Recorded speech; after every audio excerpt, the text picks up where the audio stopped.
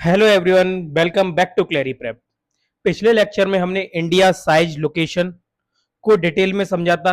हमने longitude, latitude extension, Tropic of Cancer, standard meridian और India की लोकेशन को वर्ल्ड मैप पर देखा था। आज का लेक्चर भी बहुत इंपॉर्टेंट होने वाला है क्योंकि आज हम मैप की हेल्प से समझेंगे इंडियाज नाइबरिंग कंट्रीज और इंडियन ओशियन के बारे में। तो चलिए बिना टाइम वेस्ट शुरू करते हैं। अगर हम इंडिया नाइबरिंग कंट्रीज की बात करें तो इंडिया की टोटल 9 नाइबरिंग कंट्रीज हैं। तो उसमें इनको हम दो पार्ट में डिवाइड कर सकते हैं, land neighbours and maritime neighbours. अगर हम लैंड नाइबर्स की बात करें तो ये टोटल 7 है। तो हम वेस्ट से शुरू करें तो वेस्ट में अफगानिस्तान, सॉरी पाकिस्तान, अफगानिस्तान, नेपाल ईस्ट में, नॉर्थ ईस्ट में भूटान, चाइना, म्यांमार, बांग्लादेश, ये हमारे 7 लैंड नाइबर्स हैं। अगर हम दो मैरीटाइम नाइबर्स की बात करें तो इधर साउथ में हम देखेंगे तो यहां पर मालदीव्स और यहां पर Sri Lanka. So there are total 9 countries, 7 land neighbours, 2 maritime neighbours. 2 maritime neighbours में श्रीलंका, मालदीव्स। 7 लैंड नाइबर में Pakistan, Afghanistan, Nepal, Bhutan, China, Bangladesh and Myanmar. अगर हम यहीं पर कुछ इंपॉर्टेंट बाउंड्री लाइंस की बात करें, प्लीज इग्नोर दिस स्टेन। हाँ, my nephew spill the water here, so sorry for this. I hope the words are clear to you. अगर हम इंपॉर्टेंट बाउंड्री लाइंस की बात करें जो इंडिया और उसके नाइबर्स के बीच में, तो सबसे पहले रेड क्लिफ लाइन की बात करते हैं जो 1947 में रेड क्लिफ अवार्ड के टाइम बनाई गई थी। तो यह है पाकिस्तान और इंडिया के बीच में और इंडिया एंड बांग्लादेश के बीच में। अगर हम मैकमोहन लाइन की बात करें तो मैकमोहन लाइन है इंडिया एंड चाइना के बीच में। अगर हम यहीं पर डूरंड लाइन की बात करें तो डूरंड लाइन ज्यादातर स्टूडेंट्स को कंफ्यूज करती है क्योंकि स्टूडेंट समझते हैं ये इंडिया और उसके किसी नाइबर के बीच में है, but Durand line Afghanistan and Pakistan के बीच में है।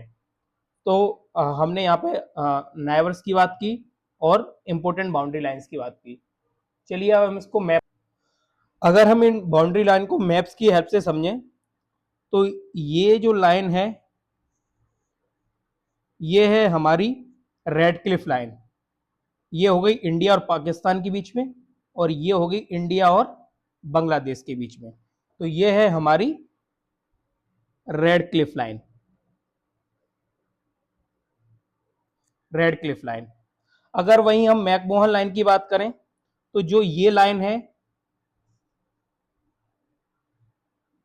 ये है हमारी मैकमोहन लाइन, ये है हमारी मैकमोहन लाइन।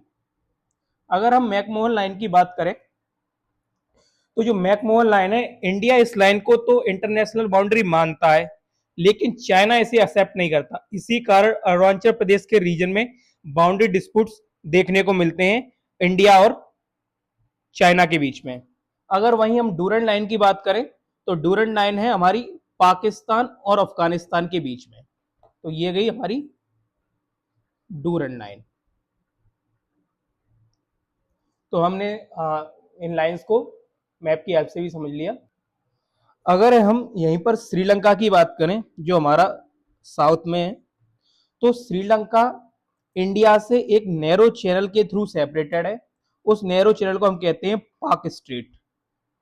और श्रीलंका के वेस्ट की तरफ और इंडिया के बीच में गल्फ ऑफ मन्नार भी देखने को मिलता है। अब यहाँ पर आपके बीच में मन में एक डाउट आता होगा, स्ट्रेट और मन्नार के बीच, सॉरी स्ट्रेट और गल्फ के बीच में क्या डिफरेंस होता है। तो अगर हम उसको समझे तो जो स्ट्रेट होता है वो बेसिकली एक नैरो वाटर चैनल होता है that connect to larger water bodies. अगर हम यहीं पर पाक स्ट्रेट की बात करें तो पाक स्ट्रेट एक नैरो वाटर चैनल है बिटवीन इंडिया एंड श्रीलंका। और ये किन दो बिगर वाटर बॉडीज को कनेक्ट करता है, तो वो है हमारी Arabian Sea and Bay of Bengal. तो ये रही हमारी स्ट्रेट की बात। तो Sri Lanka separated from India by Palk state and Gulf of Mannar also existed between Sri Lanka and India. अब स्टेट तो हो गया एक narrow water channel that connect to larger bodies. अगर पाक स्टेट के केस में बात करें तो अरेबियन सी और बे ऑफ बंगाल को कनेक्ट करता है। वहीं पर हम गल्फ की बात करें तो गल्फ क्या है? Gulf is a large body of a ocean और a sea that reaches deep into land and also surrounded by three sides of land.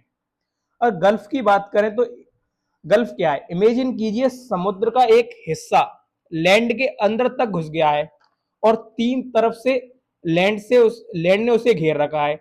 ऐसे वाटर बॉडी को हम गल्फ कहते हैं। अगर हम गल्फ ऑफ मन्नार को मैप पर समझें तो यहां पर अगर हम गल्फ ऑफ मन्नार को देखें तो यहां पर गल्फ ऑफ मन्नार बनती है। तो गल्फ ऑफ मन्नार एक इस तरफ से, एक इस साइड से, इस साइड से, इस साइड से और इस साइड से, तीन तरफ से वो लैंड से सराउंडेड है। और ये यहां पर जो हमारा अरेबियन सी है ये यहां पर अंदर लैंड के पार्ट के अंदर तक घुस गया है। तो ऐसे वाटर बॉडी को हम गल्फ बोलते हैं। तो ये होगी हमारी स्टेट की बात और गल्फ की बात।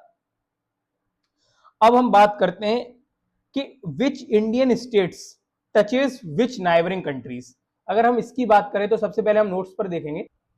तो यहां हम नोट्स पे देखें तो पाकिस्तान जो है वो जम्मू कश्मीर, पंजाब, राजस्थान एंड गुजरात के साथ अपनी बाउंड्री को शेयर करता है। वहीं पर अफगानिस्तान, लद्दाख यूनियन टेरिटरीज के साथ अपनी बाउंड्री को शेयर करता है। और ये इंडिया के साथ सबसे स्मॉलेस्ट बाउंड्री को शेयर करता है which is approx 106 kilometre. Smallest sharing of boundary by a neighbour with India that is Afghanistan. अगर हम चाइना की बात करें तो चाइना लद्दाख, हिमाचल प्रदेश, उत्तराखंड, सिक्किम, अरुणाचल प्रदेश के साथ अपनी बाउंड्री को शेयर करता है। वहीं पर अगर नेपाल की बात करें तो नेपाल उत्तराखंड के साथ, उत्तर प्रदेश के साथ, बिहार के साथ, वेस्ट बंगाल के साथ, सिक्किम के साथ। वहीं पर बांग्लादेश की बात करें तो बांग्लादेश वेस्ट बंगाल, आसाम, मेघालय, त्रिपुरा एंड मिजोरम के साथ। जैसे अफगानिस्तान सबसे स्मॉलेस्ट बाउंड्री को शेयर करता था, वहीं पर बांग्लादेश सबसे लॉन्गेस्ट बाउंड्री को इंडिया के साथ शेयर करता है विच इज अप्रोक्स 4996 किलोमीटर। तो बांग्लादेश की बात करें तो बांग्लादेश सबसे लॉन्गेस्ट बाउंड्री को इंडिया के साथ शेयर करता है। वहीं पर अगर म्यांमार की बात करें तो म्यांमार अरुणाचल प्रदेश के साथ बाउंड्री को शेयर करता है, नागालैंड के साथ, मणिपुर के साथ, मिजोरम के साथ। और लास्ट में अगर हम भूटान की बात करें तो भूटान सिक्किम के साथ, वेस्ट बंगाल के साथ, आसाम के साथ एंड अरुणाचल प्रदेश के साथ अपनी बाउंड्री को शेयर करता है। तो ये कुछ फैक्ट्स हैं जो इंपॉर्टेंट है, ये एग्जाम पर्सपेक्टिव से आप याद रखिए।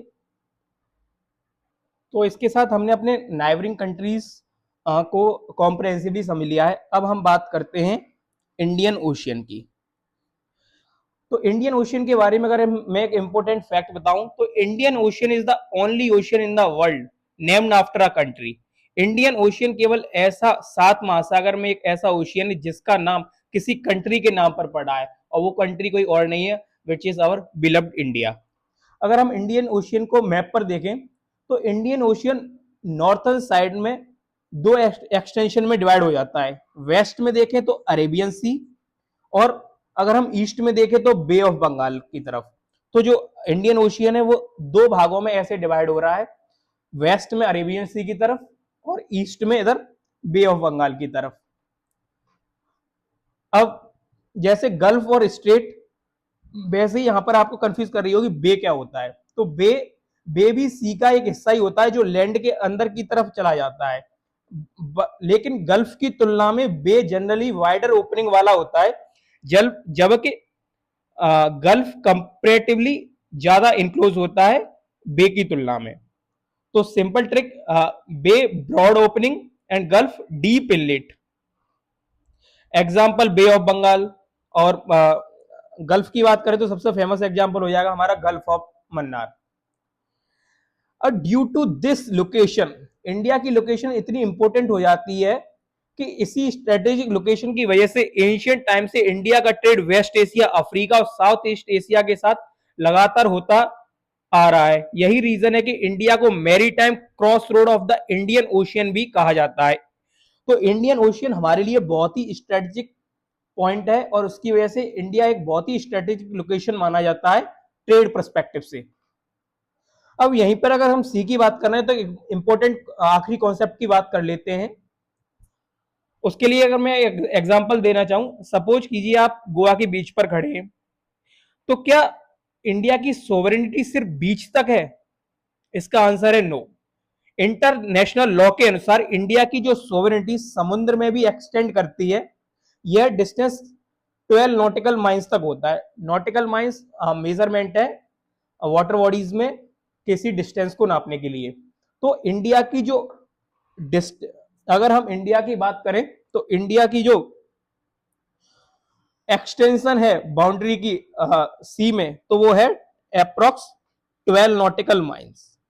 अगर हम 12 नॉटिकल माइल्स को किलोमीटर में कन्वर्ट करें तो इट इज अप्रोक्स 22.2 किलोमीटर। तो इंडिया की इंटरनेशनल लॉ के अनुसार इंडिया की सोवरेनिटी समुद्र में भी एक्सटेंड करती है, which is about 12 nautical miles, यानी लगभग 22.2 किलोमीटर्स।